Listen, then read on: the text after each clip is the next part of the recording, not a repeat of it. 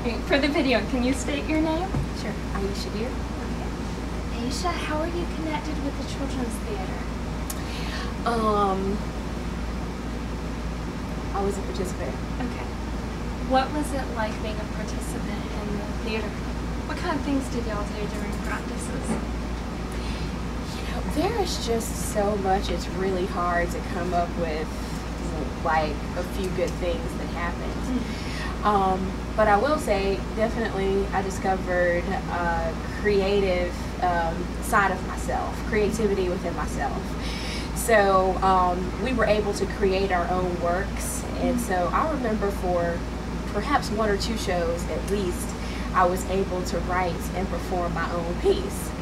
And so I think I started in act when I was 9 years old. And the first year, I was so quiet and I didn't want to talk to anyone and I didn't want to do anything, and I said one line and I was shaking and nervous and about to fall into the floor. Then the next year, they couldn't they couldn't get me to be quiet. And then by the 3rd year, I had creative differences with the director. So it definitely kind of liberated my creativity and set me on a path to do more acting and theater for the rest of my life. What was that like because some theaters, especially kids theaters, they tend to, here's the script, stay to the script, don't veer off of it. What was that like being able to express your creativity, to go on stage and say, this is part of me? It was natural. I mean, it was just natural. That was all that I knew of the stage. So it wasn't until I went to school and started to study theater that I realized that things needed to be a little bit more like to the script all the time, always. But what I learned that I then carried for the rest of my theater was how to really live and be in the moment. And that's something that they teach you then in this, in theater school, like this is what you need to do and be in the moment. And I finally remember talking to my acting instructor when I did this summer theater program at Yale, and I was like, that's what I did in ACT, but no one called it that. And then I went back the next day and it was like a breakthrough, and they're like, what did you do? I'm like, what I used to do always. So I don't know that I knew what it was. We just did it, and it's the kind of thing that informed your work my work for the rest of my life. What did you learn in ACT that did go into the rest of your life? Obviously what you learned on the theater and stage as an actor, but what about other parts of your life? How did that affect that? Well, there's so many things. I went to a diverse elementary school, junior high school.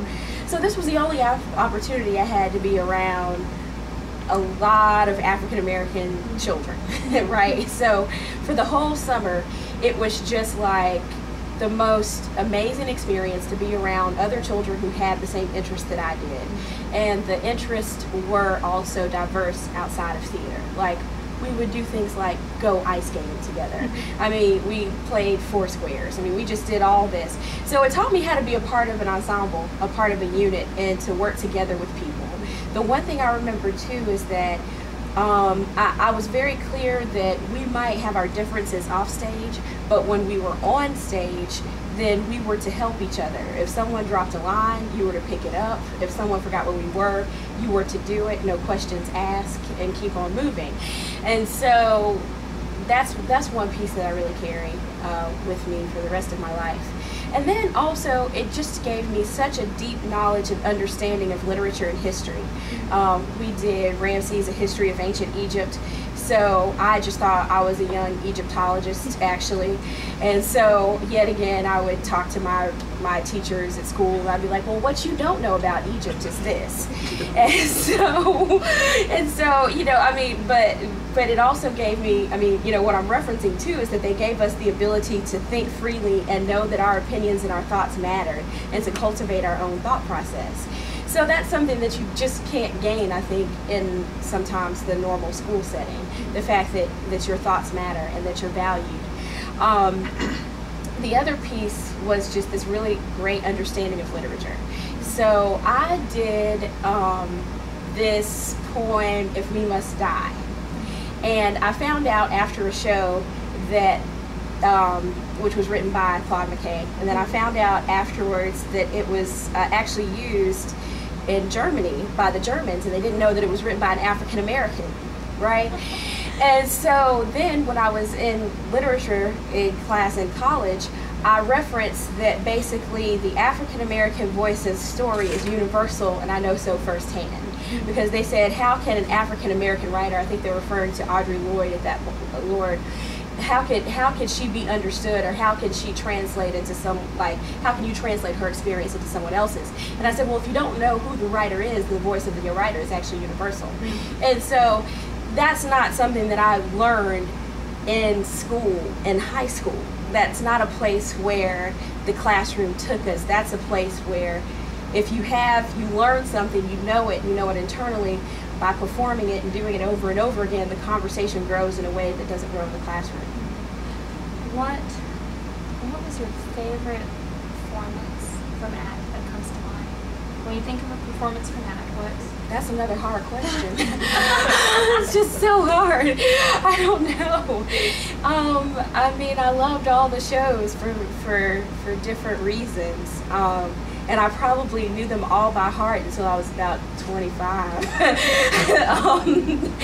Let's see, favorite show. I know it's hard, it's like asking me to pick a favorite book. Yeah. A favorite show.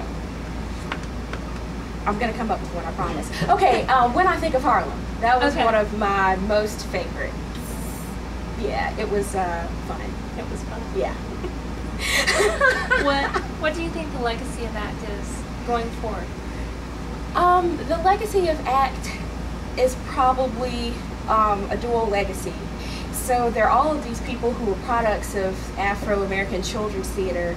So we now have a shared relationship and experience that we talk about. I remember being in Inroads, this program for business students, and we were at UNC Charlotte, and I think, if not, maybe half, maybe it wasn't half, but at least 5 people in the program were all Afro-American children's theater people. And so I started when I was young. A lot of people started when they were young. Then we continued to run into each other in life in different areas. So you would not necessarily think that a business program is where you'd run into a lot of people from a theater program. So it just instilled a lot in everyone who participated in it. So the legacy lives within all of us who actually participated in ACT, and then I think it manifests and we share it with others in very different ways. And then the other legacy of ACT is, I think, all the people who even saw ACT or knew that it existed, and just the history that it carries, that we were able to create something that I don't think exists many places. A place where children feel very nurtured, also that they can grow, learn history, learn about themselves, and also come out with a really strong sense of self-confidence. So it just has its own history that stands for itself, and then there are us who grew from it. Wonderful. Thank you. Anything else you'd like to add? No. Okay. Thank you. Please edit out my eyes doing weird things.